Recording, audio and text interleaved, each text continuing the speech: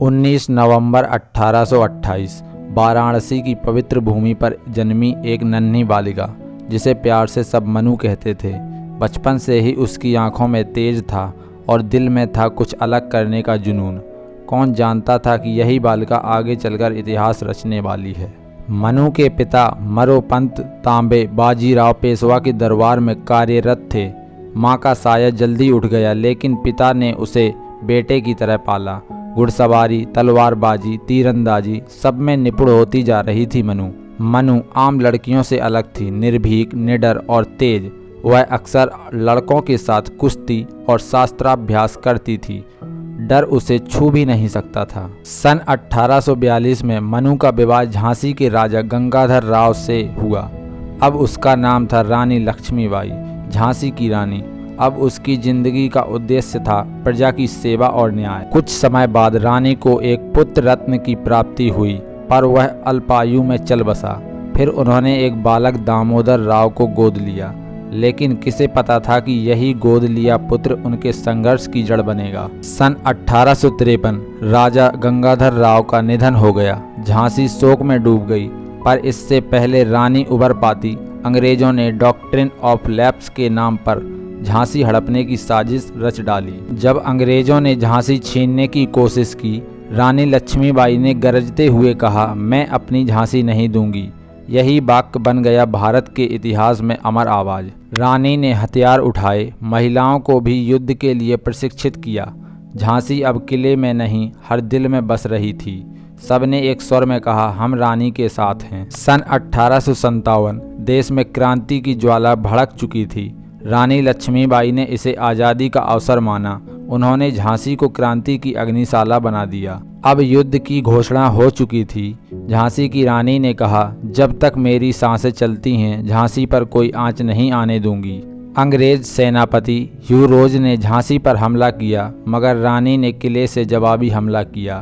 तीर, तोप और तलवारें बोलने लगीं। रानी के पराक्रम के आगे अंग्रेजों को पीछे हटना पड़ा। झांसी फिर से मुस्कुराई, लेकिन यह जीत अस्थायी थी। कुछ सहयोगियों ने गुप्त रूप से अंग्रेजों से मिलकर विश्वासघात किया। अब रानी को झांसी छोड़नी पड़ी। रानी कालपी पहुंची, जहां उन्होंने तात्या टोपे और नाना साहेब के साथ फिर से सेना संगठित की। हार उन्हें रोक नहीं पाई। अब लक्ष्य था ग्वालियर। रानी ने वहां के किले पर कब्जा कर लिया और स्वतंत्र झंडा फहराया। जनरल ह्यू रोज अब ग्वालियर की ओर बढ़ा। रानी को पता था ये युद्ध अंतिम हो सकता है, लेकिन डर नाम की चीज़ तो उनके पास थी ही नहीं। 18 जून 1858 कोटा की सराय में रानी ने अपनी आखिरी युद्ध की शुरुआत की।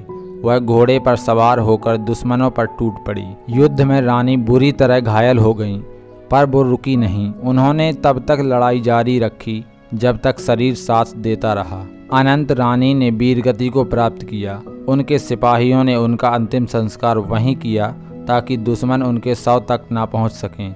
रानी लक्ष्मीबाई तो चली गईं, लेकिन उनका नाम अमर हो गया। वह बन गई भारत की आज़ादी का प्रतीक। कवि सुभद्रा कुमारी चौहान ने लिखा, खूब लड़ी मर्दानी वह तो झांसी वाली रानी थी।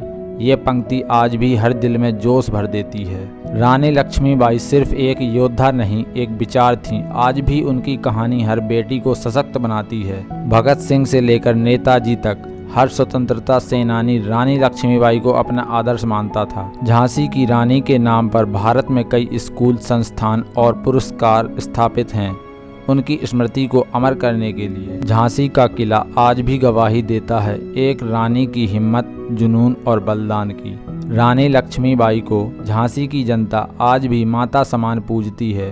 उनका बलिदान एक आशीर्वाद बन गया। रानी लक्ष्मीबाई ने दिखाया कि नारी सिर्फ घर की नहीं, देश की भी रक्षक बन सकती है। उनकी कहानी सिर्फ अतीत नहीं, आज का प्रेरणा स्रोत है।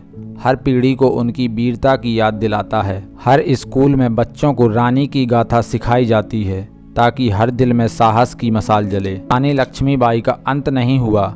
उन्होंने इतिहास में एक नई शुरुआत की। उनका जीवन कहता है, अगर नारी ठान ले तो असंभव कुछ भी नहीं। आपको यह कहानी कैसी लगी कमेंट में ज़रूर बताएं। अगर आपको यह कहानी थोड़ी सी भी अच्छी लगी हो तो प्लीज़ इस वीडियो को एक लाइक ज़रूर कीजिए और अपने दोस्तों के साथ साझा ज़रूर करें।